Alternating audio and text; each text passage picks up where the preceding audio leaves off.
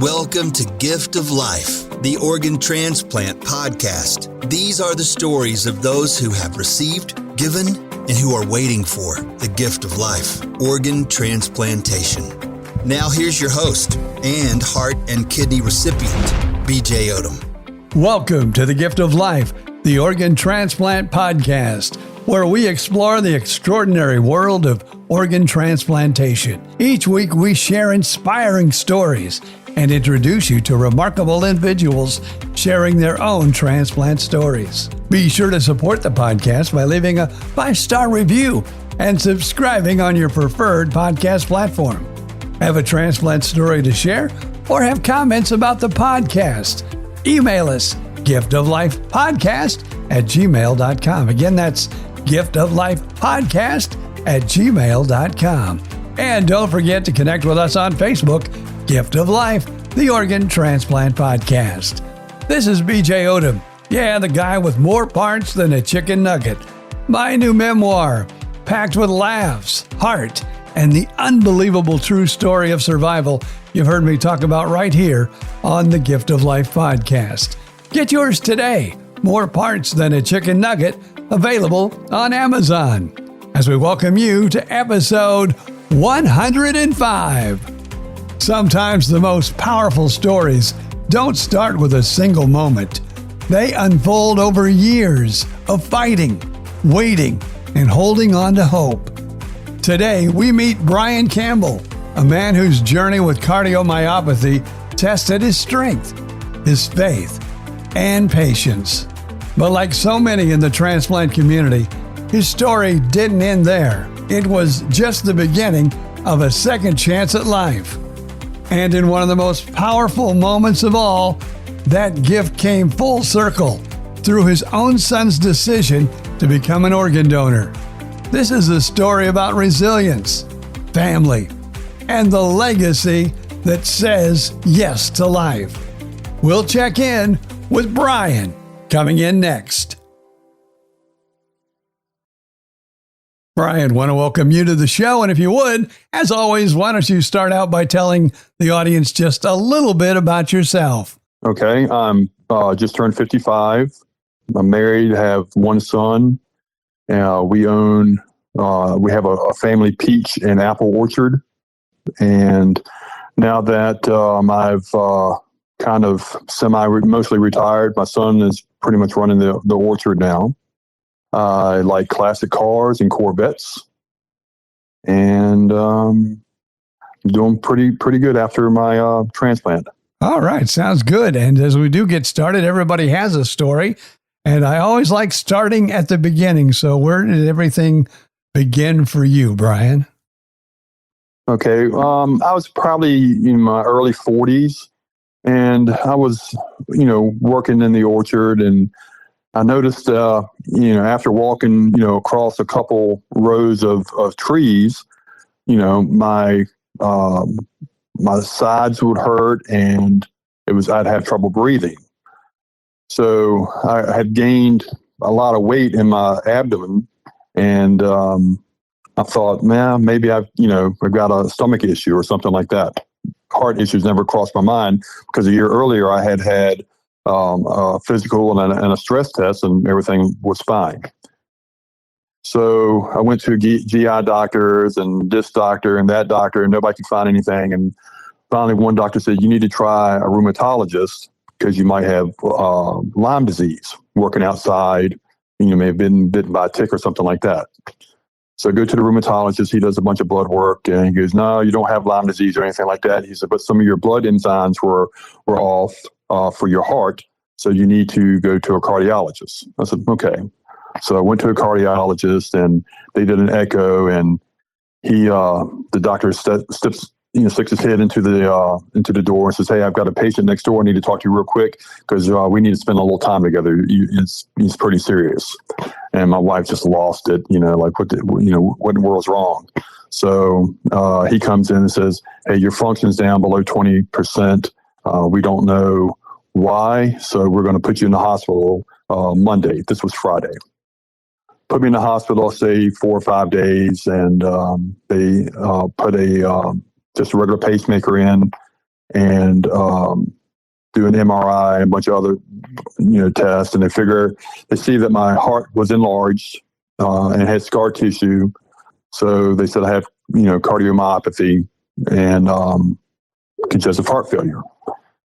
So I started a regimen of medications and the pacemaker. And within 6 months or so, my function had gotten up to about 40%.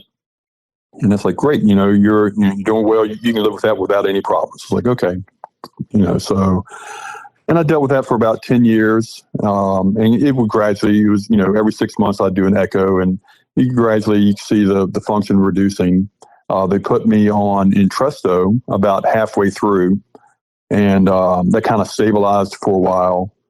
And then it got to the point where my function was below 30, and they decided that I needed to take my pacemaker out and put a defibrillator in. So they did that in September of 23. And when they did that, they noticed my kidney function had gotten worse, and they blamed it on the Entresto. So at the same time, they took me off Entresto and started me with some different types of drugs, and really didn't see much difference. And then about October of that year, I was working as, along with the farm, for insurance reasons, I was driving a school bus. Well, when I switched from my regular pacemaker to a defibrillator, I lost my CDL. So I switched jobs and with the school and became a school security officer. And I was out on the playground with the fourth graders one day, and it felt kind of weird, and kind of bent over, and I was like, I need to stand back up. And I stood back up and out cold. Had gone into, I guess, VTAC, and passed out on the playground, and woke up a couple minutes later, and the teachers were there, and the school nurse. They said that they could see where my device had gone off a couple of times to shock me back into rhythm. And when I woke up, I felt fantastic. It was like this sense of euphoria. I was like, I almost felt like I woke up with a smile on my face. Which was pretty weird. So it sent me to the ER, and my potassium level had dropped. So did a couple IVs with that and everything, and started me on some different types of medicine. And they were watching me. The heart failure team was watching me, and they said, we'll monitor this, and just take it easy. And I said, well, I've got a vacation coming up in November, going on a cruise. And they're like, well, we're not so sure about that. And I was like, I think I'm okay. So they're like, all right, well, you can go. So I went on the cruise, and my fluid pills, had stopped working at that time. And while I was on the cruise, and I gained 25 pounds of fluid in 1 week. Oh, wow. And I was miserable. When we flew home, even being up in the air with the difference in pressure, it was hard to breathe, and you kind of get a little panicked then, and that makes it worse. And when we landed, we went straight to the emergency room, and they kept me in the hospital a couple weeks. The first week was to get fluid off. The second week they started the evaluation for transplant. All the blood work, CT scan, and endoscopy, colonoscopy, all the normal stuff you do. And I wasn't on the list yet, hadn't really even talked about being on the list. And the heart failure doctor said, we're going to put you on Melronone on a 24-hour drip. So they put the port in my chest, and I went home with that for 3 weeks. And she said, after 3 weeks, we're going to send you to VCU. I'm in Richmond. So I went to VCU Health, and because they're a transplant center, and get you evaluated there. So I went to VCU and talked to the doctors there, and they were like, we're going to do another cath on you, and we'll know if this milrinone has worked. Be prepared to stay in the hospital after the cath. So this was the day after Christmas. They do the cath, and they're like, milrinone's not working. We need to admit you right now. I was like, I don't have my affairs in order. I don't have a will. I don't have my banking information, people on the right accounts in case something happens. So I was like, I've got all that appointment set up for tomorrow. He said, okay, do that tomorrow and come in Thursday. So on Thursday, the December 28th, I went into the hospital, still not on the transplant list. And they started different types of medication through IV and stuff like that. In the meantime, they were still doing the workup for the transplant. And you know how it is. You meet with every doctor in the world, psychologists and nutritionists and everybody. I mean, one day it was doctor after doctor after doctor. And my wife finally was like, look, he's exhausted. Y'all need to come back tomorrow. So about 5 days in, they decided to install an Impella the day after I was put on the transplant list. So I was put on the transplant list January 4th on a level 3. Had the Impella installed the next day, which put me on a level 2. And that was, that was fine. I lost a little bit of mobility because I don't know if you ever had an Impella, but, I had it in my chest.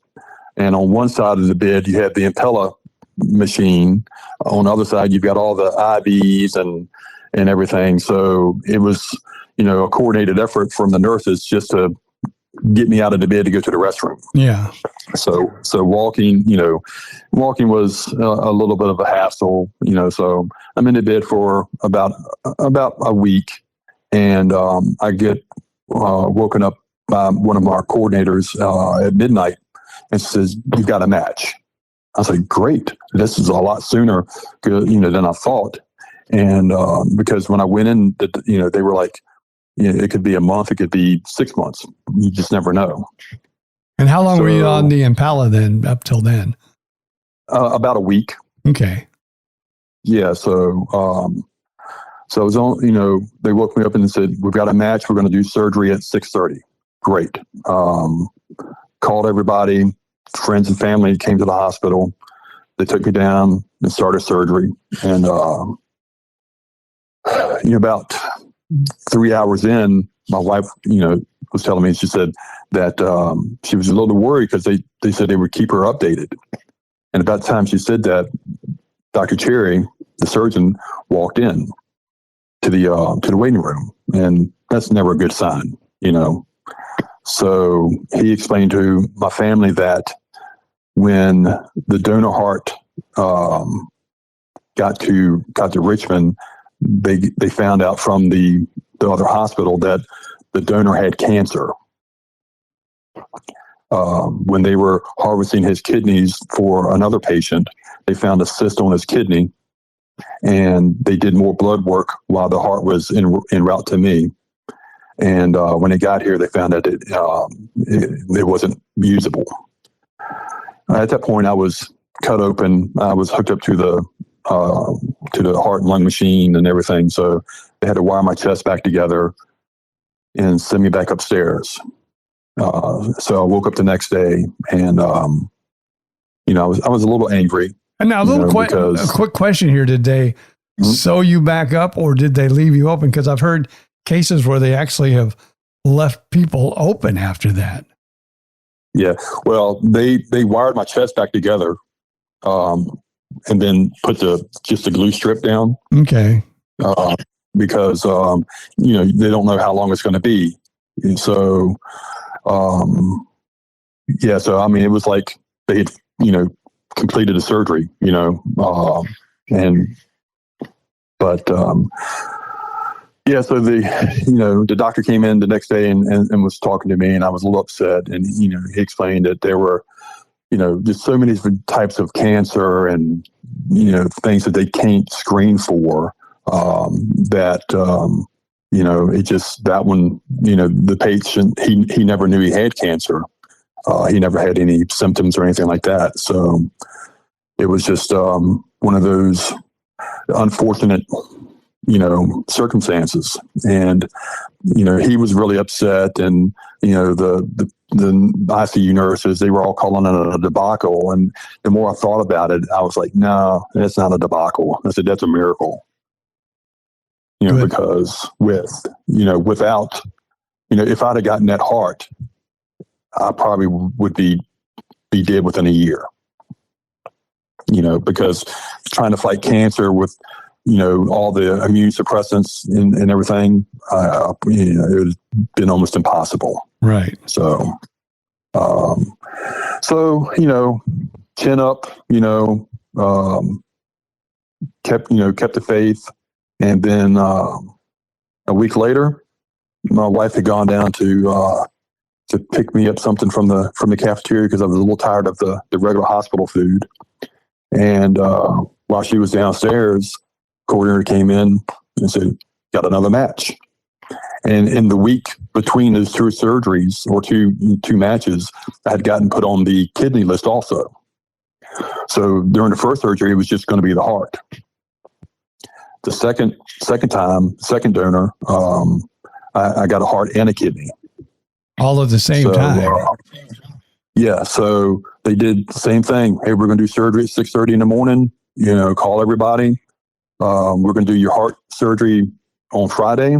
We'll keep you out. And as long as that goes well, we'll do the kidney on Saturday and you'll be fine. I was like, okay, great. And when they were talking about doing a kidney, I was like, yeah, I don't know if I want a kidney or need a kidney. I said, I can look at my kidney numbers, and they would go up and down depending on how much fluid I was carrying or what kind of medication I was on. So I figured my kidneys were going to be okay. And the doctors explained to me and said, you don't want to take that chance, because if your native kidneys don't bounce back, you're going to have to go on dialysis, and it could be years before you get a kidney. And that's also rough on the heart, that dialysis, because I was one of those patients that got my heart in 2003, and then in 2014 went on dialysis for almost a year, and then I needed the kidney, and thank goodness I got one. But they said, yeah, that's pretty rough on the heart, so they tried to get me that kidney as soon as possible. Yeah, and my thinking was, I didn't want to be greedy. I know how many people are on the kidney list, and if that kidney could go to someone else, why should I take one if I didn't need it? And he was like, well, between the medicine that you're going to be on and everything else, if you have any kind of kidney disease, you're just best to go ahead and get a kidney. It's just going to make your outcome that much better. I was like, okay. So I agreed. And so they did a kidney transplant the next day. And I woke up Sunday morning and felt fine. They got the breathing tube out, and my nurse was on one side of the bed, my wife was on the other side, and they were kind of, rearranging all the tubes and lines and everything, so I could be a little more comfortable in the bed. And the television was on, and it was a commercial for a local funeral home. And excuse the colorful language, but I pointed at the TV and I said, not today, bitches, not today.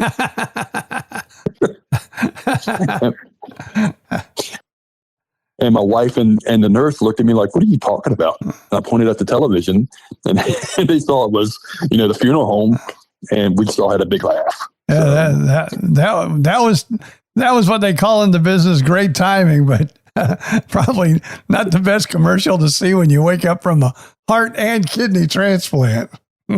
Yep. So, but that was kind of, that was kind of my attitude, the entire time. I never really felt that I was going to die. I got my affairs in order, and I had a talk with my wife, about a couple things, and but I never felt that sick. I know I was sick, but I just never felt that the end was near. And probably what was good, I was just going to say what was probably good with you, kind of like me, I was sick for a long time, but it was a slow decline. And I think when it's a slow decline, you don't notice it as much when it's like, one day you're running a marathon, the next day it's like hitting a wall, and wow, your heart function is, gone and things are going bad. And so sometimes I think that helps people like you and I, because it's a slower process and we don't feel the sudden decline that some people do.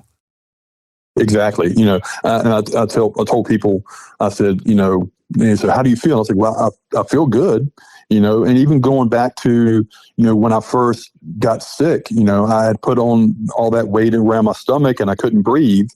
When I took a couple fluid pills and, I dropped 15 pounds of fluid, I felt fine. I was like, well, I don't even feel like I'm sick, but it's just, the daily accumulation of fluid just, wears you down, but like I said, I tell people, I said, you don't know how bad you feel until you feel good. Yeah, that's for sure.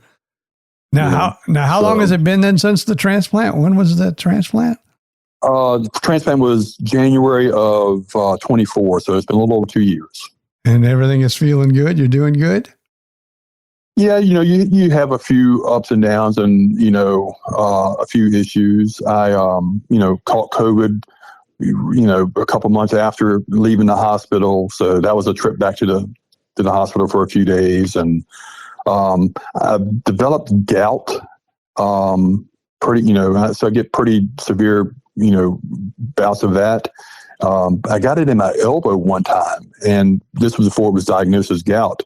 And they thought it was an infection because my elbow swelled up and kind of moved down my arm. So they had to go in and take cultures and stuff like that, and they never could figure out what was wrong with it. But it's always, go in for 3 or 4 days and shoot you up full of medicine. So, but yeah, all of my checkups have been pretty good. The kidney, I don't know if you developed this, but my donor had the BK virus, which is a pretty, non-serious virus if your immune system is good. Mm-hmm. Your immune system normally keeps it tamped down enough. But being compromised, you have to find the balance to keep that in check. I had to see, I think it's CMA virus, the respiratory virus, same kind of deal.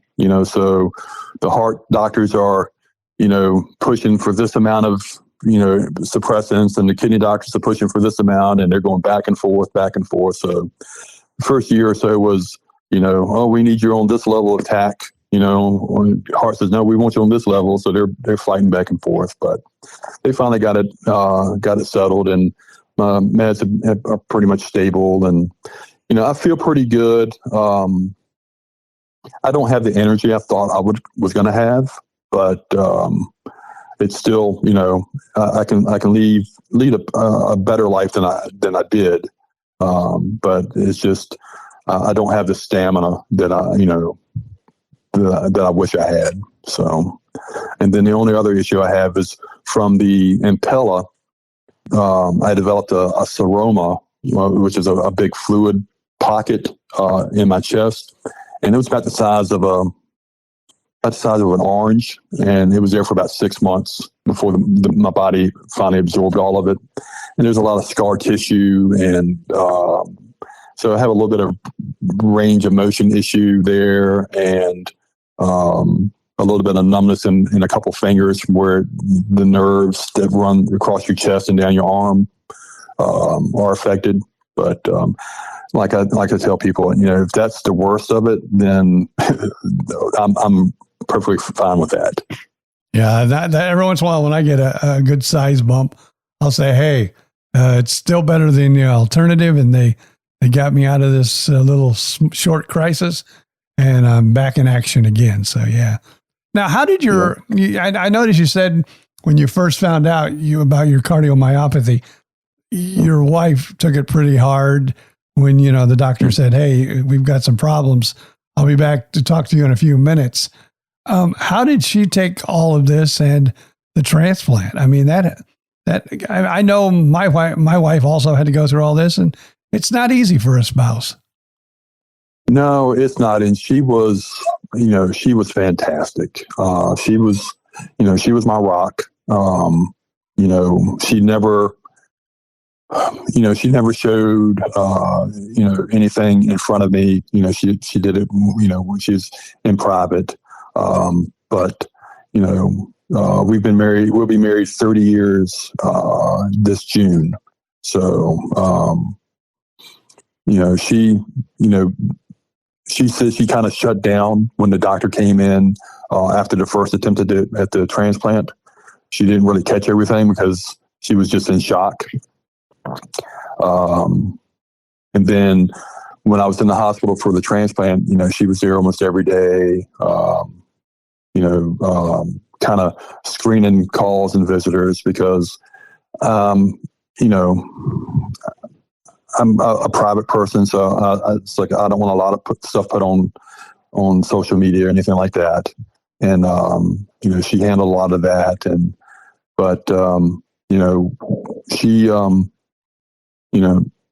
She fed off me and I fed off of her.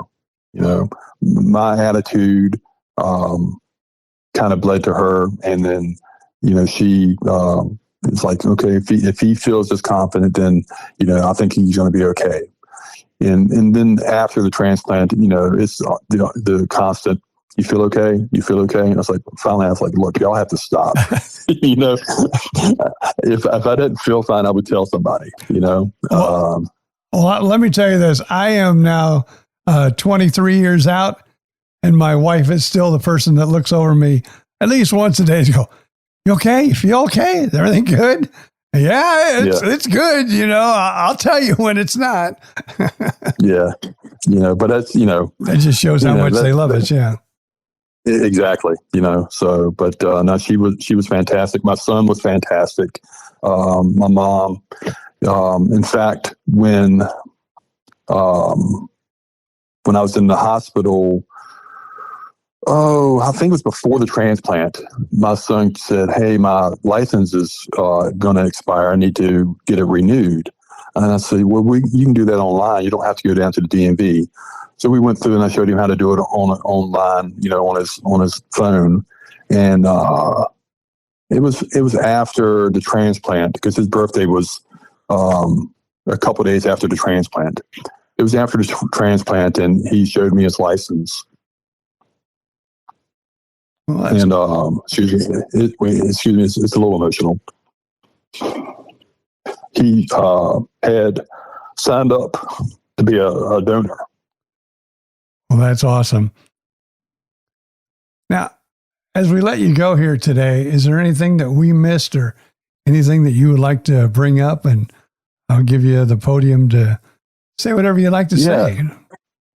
Yeah. So, I was 12 days after transplant when I left the hospital, and like a lot of people, it can be emotional. You feel like, you've won, you're going to be okay. So while you're in the hospital and you're recuperating and in recovery, you have a lot of time, free time. And I was like, I want another Corvette. I had one Corvette. It's like, I want another Corvette.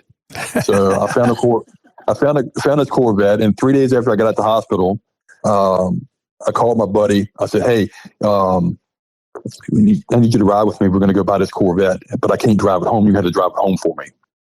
And so we went 3 days after I got out. We went and bought a Corvette and brought it home, and it sat in the driveway for a few weeks before I could drive it.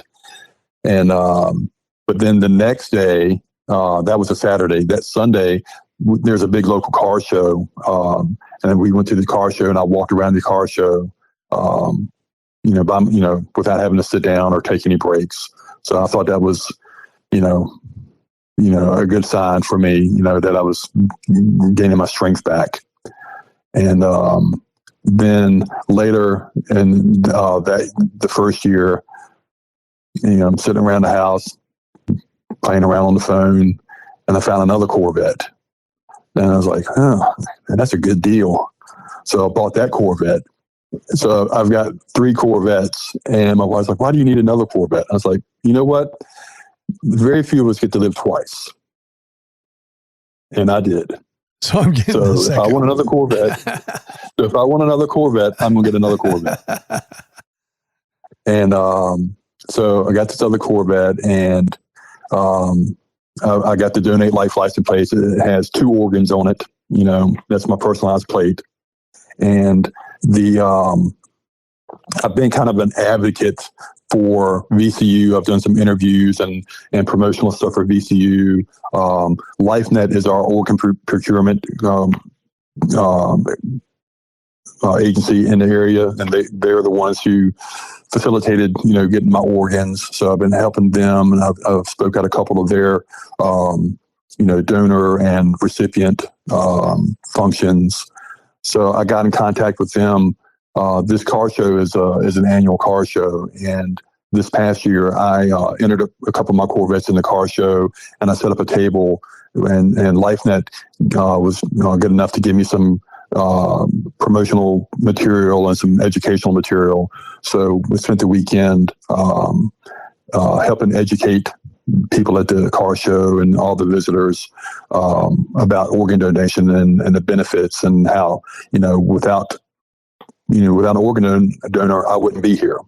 And, invited my friend Johnny, who got his heart and kidney later in the year. He came out and sat at the table with me one day, and his wife. And it's just a great experience. We signed a few people up, so as you probably know, for every organ donor that gets signed up, it's potentially, 8 lives saved. Yeah. So that's pretty important to me now. You can never repay the gift that we've received, but the best I can do is give back as much as I can. And through our farm, we do pick your own on the weekends. I have the table set up, and I try to educate people and spread the word as much as I can about organ donation and the importance of it. So that's kind of where I'm at now. I'm trying to spread that word and just give back as much as I can, because without my donor, I wouldn't be here. And that's something that this community is really good at.